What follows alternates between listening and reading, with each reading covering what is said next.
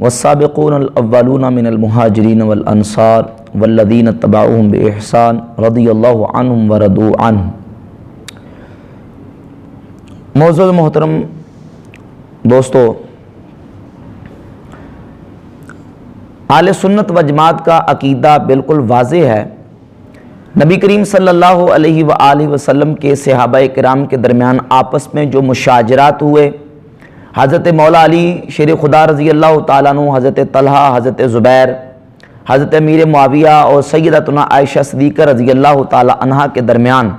جو آپس میں مشاجرات، منازعات اور آپس میں ان کی رنجشیں، چپکلش وغیرہ ہوئی، اہل سنت و جماعت کا جو پاکیزہ عقیدہ ہے وہ یہ ہے الامساک عما شجر بینہم، کہ جو ان کا آپس میں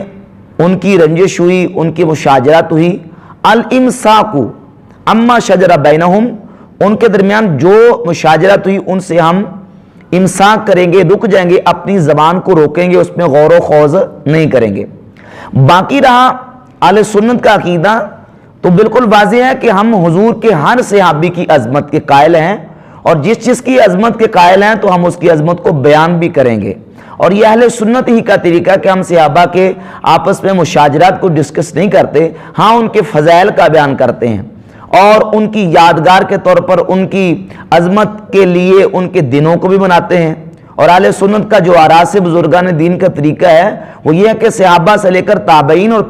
تابعین سے لے کر اتباع تابعین اور ائمہ مجتہدین اور جتنی اللہ کے نیک بندے اور نیک ولی ہیں، ہم ان کے عرس بھی مناتے ہیں، ان کی یادگار بھی مناتے ہیں، اور ان کی فضیلت اور ان کی عظمت کو بیان کرتے ہیں۔ یہ اہل سنت کا عقیدہ ہے، اور اس میں کسی کی تخصیص نہیں کہ اس کا عرس منائیں گے اور اس کا عرس نہیں منائیں گے۔ جو اللہ کے نیک بندے ہم ان کا عرس منائیں گے۔ تو جب دیگر اولیاء اللہ کا عرس منانا اہل سنت کا عقیدہ اور طریقہ اور معمول ہے تو پھر صحابی رسول کا عرس منانے میں بھی کوئی قباحت نہیں ہے۔ باقی رہا یہ کہ ان کے فضائل بیان کیے جائیں، تو یہ جو ڈگوسلہ آج کل مارا جا رہا ہے کہ جناب یہ جو صحابہ کرام کے بارے میں اہل سنت کا عقیدہ وہ تو صرف یہی ہے کہ ہم ان کے بارے میں سکوت کریں گے، ان کی لڑائیوں کے بارے میں، ان کے فضائل کو بیان نہیں کریں گے، تو یہ بالکل جاہلانہ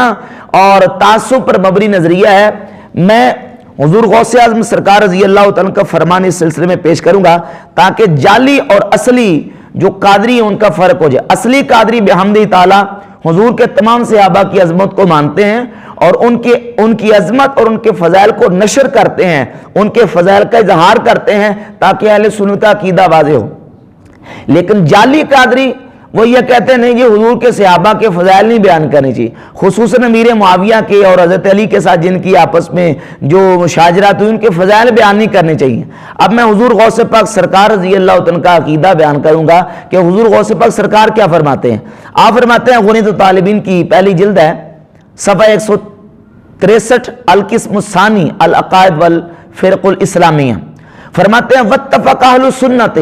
علی وجوب الکف عما شجر بینہم، اہل سنت اس بات پر متفق ہیں کہ صحابہ کرام کے درمیان جو آپس میں مشاجرات ہوئی ان سے اپنی زبان کو بند کرے، روک لیں، والامساک عن مساویہم، اور ان کی برائیاں بیان کرنے سے کیا کریں، رک جائیں، واظہار فضائلہم ومحاسنہم، اور اہل سنت اس پر بھی متفق ہیں کہ ان کے فضائل اور ان کے محاسن کا اظہار کیا جائے، ان کے فضائل اور اظہار کا، اور ان کے فضائل کا، محاسن کا اظہار کیا جائے۔ اور یہی ہم اہل سنت کرتے ہیں کہ ہم امیر معاویہ کی عظمت کا اظہار بھی کرتے ہیں، حضرت طلحہ کی عظمت کا اظہار بھی کرتے ہیں، حضرت زبیر کی عظمت کا اظہار بھی کرتے ہیں، اور سیدتنا ام المومنین عائشہ صدیقہ رضی اللہ تعالی عنہ کی عظمت کا اظہار بھی کرتے ہیں۔ روکتے ہیں، امساک کرتے ہیں تو ان کے آپس میں مشاجرات میں، نہ کہ ان کے فضائل میں بھی امساک کیا جائے، یہ اہل سنت کا عقیدہ نہیں ہے۔ امام ابن ابی زمانی نے کتاب اصول سنہ کے صفحہ نمبر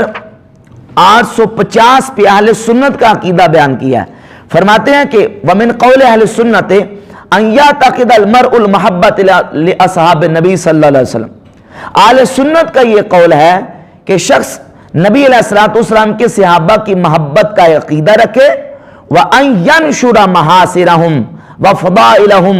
اور ان کے محاسن اور ان کے فضائل کو نشر کرے۔ یہ کن کا عقیدہ ہے؟ اہل سنت کا، لہذا جو کہتے ہیں کہ اصحاب رسول کے فضائل کو نشر نہ کریں، امیر معاویہ کے فضائل کا اظہار نہ کریں، وہ رافضیت کا اور شیعت کا عقیدہ بیان کرتے ہیں، وہ اہل سنت کا عقیدہ بیان نہیں کرتے۔ اہل سنت کا عقیدہ یہ ہے وَأَن يَنشُرَ مَحَاسِنَهُمْ وَفَضَائِلَهُم، کہ حضور کے صحابہ کے فضائل کو اور ان کے محاسن کو نشر کیا جائے، وَيُمْسِكَ عَنِ الْخَوْضِ فِيمَا دَارَ بَيْنَهُمْ، اور جو ان کے درمیان آپس میں رنجش یا چپکش یا مشاجرت ہوئی ان میں غور و خوض سے کیا جائے، بچا جائے۔ لہذا بحمد تعالیٰ اصلی قادری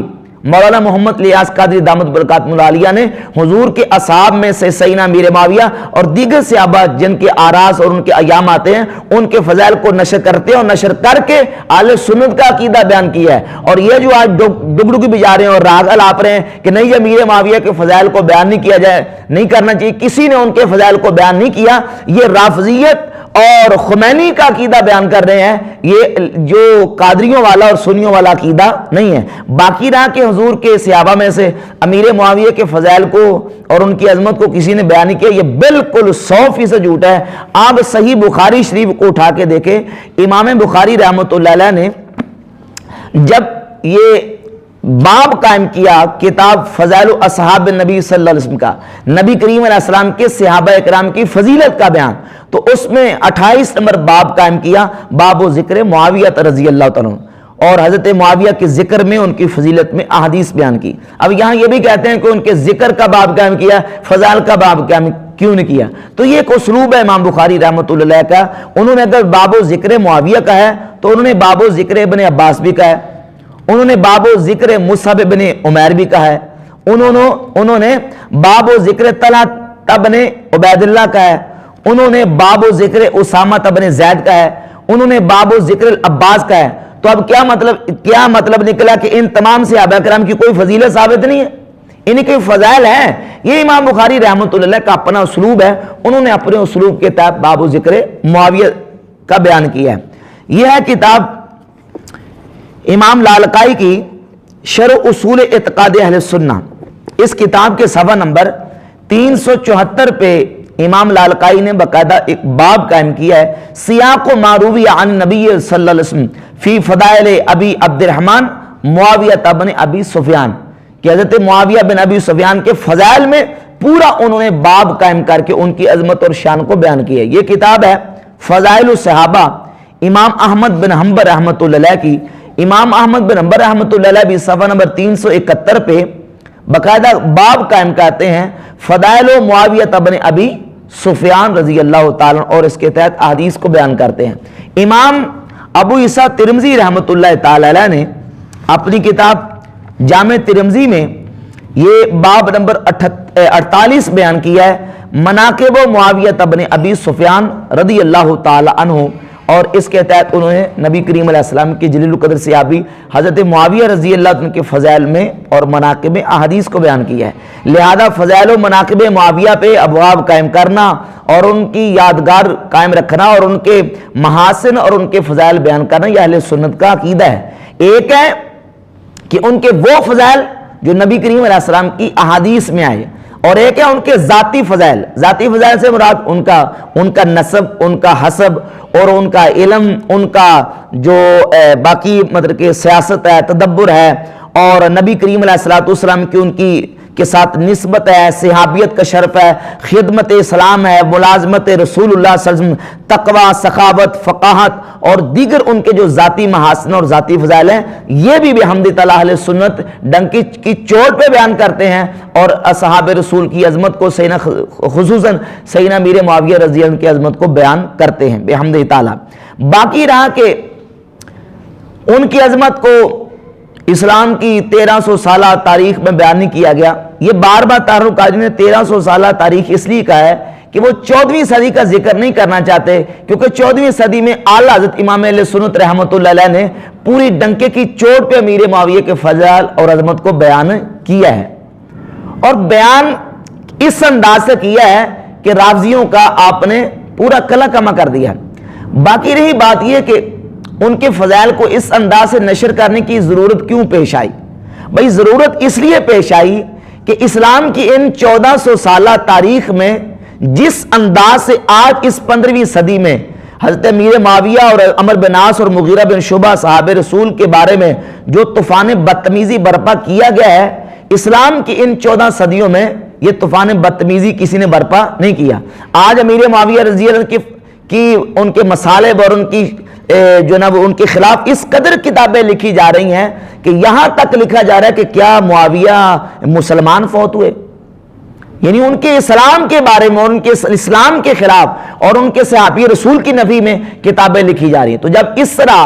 حضور کے صحابہ کرام کے بارے میں طوفان بدتمیزی برپا کیا جائے تو اہل حق کا، اہل سنت کا فرض بنتا ہے کہ وہ نبی کریم علیہ السلام کے صحابہ کے فضائل کو نشر کریں، ان کا اظہار کریں تاکہ اہل سنت کا عقیدہ واضح ہو۔ اسی طرح کا ایک سوال امام اہل سنت اشاع امام احمد رضا بریلوی رحمۃ اللہ علیہ سے کسی نے کیا، فتاوی رضویہ کی جلد نمبر 23 کے صفحہ نمبر 739 پہ سوال موجود ہے۔ اس سوال کے جواب سے بالکل یہ بات واضح ہو جائے گی کہ جس دور میں اصحاب رسول پہ حملہ کیا جائے تو اصحاب رسول کی عظمت کا بیان کرنا مسلمانوں پہ کیا ہے؟ واجب ہے۔ سوال یہ کہ جن مقامات پر آریہ سماج حضرت رسول اللہ صلی اللہ علیہ وسلم سے اور روافظ صحابہ اعظام سے بدظنی پھیلاتے ہیں، شبانہ روز درمے قدمے سخنے غرضے کے ہر طرح سے بے حد کوشاں رہتے ہیں، وہاں ہر امکانی طریقہ سے عوام کو حفظ للعقائد ان حضرات کے مناقب اور محامد سے واقف کرنا مذہباً واجب ہوگا یا نہیں۔ یعنی یہاں جس مقام پہ اصحاب رسول کی عظمت پہ حملہ کیا جاتا ہو اور ان کی شان میں گستاخیاں کی جاتی ہوں تو وہاں مسلمانوں کے عقائد کو بچانے کے لیے صحابہ کرام کے جو عظمت اور ان کے فضائل بیان کرنے چاہیے کہ نہیں؟ تو امام اہل سنت رحمۃ اللہ فرماتے ہیں ضرور واجب بلکہ اہم فرائض سے ہے۔ حدیث ہے، رسول اللہ صلی اللہ علیہ وسلم فرماتے ہیں جب میرے صحابہ کو برا کہا جائے اور فتنے یا فرمائے بدعتیں ظاہر ہوں، اس وقت عالم اپنا علم ظاہر نہ کرے تو اس پر اللہ اور فرشتوں اور آدمیوں سب کی لعنت ہے، اللہ اس کا فرض قبول کرے نہ نفل۔ تو ایسی صورتحال میں حضور کے صحابہ اکرام کے فضائل کو بیان کرنا مسلمانوں پر لازم ہے۔ ہندوستان میں مسئلہ پیش آیا تھا کہ آیا کہ جس وقت ہندوؤں نے مسلمانوں کو گائے کی قربانی کرنے سے روکا تھا تو اب مسلمانوں پر رکنا ضروری ہے کہ قربانی کرنا ضروری ہے؟ تو فقہ اسلام نے، اہل سنت کے علماء نے بالکل واضح دو ٹوک یہ فتویٰ دیا تھا کہ اگرچہ قربانی جو قربانی کے جانور ہیں ان تمام قربانی کے جانوروں کی قربانی ہو سکتی ہے، لیکن جہاں ہندو روکیں کہ گائے کی قربانی نہیں کرنی تو وہاں مسلمانوں پر واجب ہے کہ گائے کی قربانی کریں تاکہ مسلمانوں کا شعار باقی رہے اور بے دینوں اور کافروں کا رد ہو اور مسلمان ذلیل اور رسوا نہ ہو بلکہ مسلمان اپنے مذہبی شعار کو باقی رکھ سکیں۔ اسی طرح علماء نے فقہ کی کتابوں میں لکھا ہے کہ چشمے کے پانی سے وضو کریں، آپ کنویں کے پانی سے وضو کریں، نہر کے پانی سے وضو کریں، سب پانیوں سے وضو کرنا جائز ہے، لیکن جہاں معتزلہ موجود ہوں جو سمجھتے ہیں کہ حوض کے پانی سے، تالاب کے پانی سے وضو کرنا جائز نہیں، وہاں تالاب کے پانی سے وضو کرو تاکہ معتزلہ کا رد ہو اور اہل سنت کا عقیدہ واضح ہو۔ تو نبی کریم علیہ السلام کے صحابہ میں سے امیر معاویہ کے فضائل کو نشر کرنا اور ان کی عظمت کو بیان کرنا اس دور میں لازم اس لیے ہے، اس لیے ان کی عظمت کو بیان کرنا ضروری ہے کیونکہ اس دور میں امیر معاویہ کی عظمت کے منکر اس صدی میں اتنے پیدا ہوئے ہیں کہ انہوں نے سیدنا امیر معاویہ کی شان کے خلاف کتابیں لکھی ہیں۔ تو جب کتابیں لکھی جا رہی ہیں، لیکچر دیے جا رہے ہیں اور امیر معاویہ کی عظمت و شان کی نعوذ باللہ دجیاں اڑائی جا رہی ہیں تو اس صورت میں مسلمانوں پر، سنیوں پر واجب ہے کہ وہ امیر معاویہ کی شان کو، عظمت کو، ان کے فضائل کو نشر کریں تاکہ اہل سنت کا عقیدہ واضح ہو جائے۔